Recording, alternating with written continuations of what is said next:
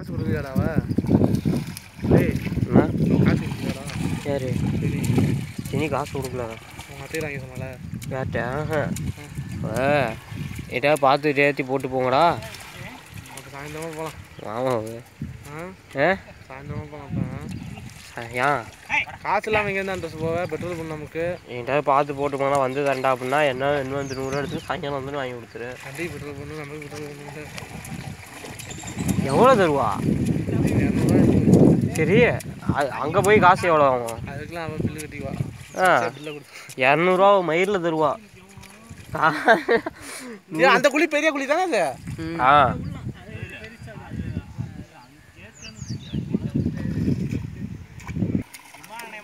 அந்த பெரிய குழிக்கு சிரிக்கிற டிபி பேர மாதிரியா?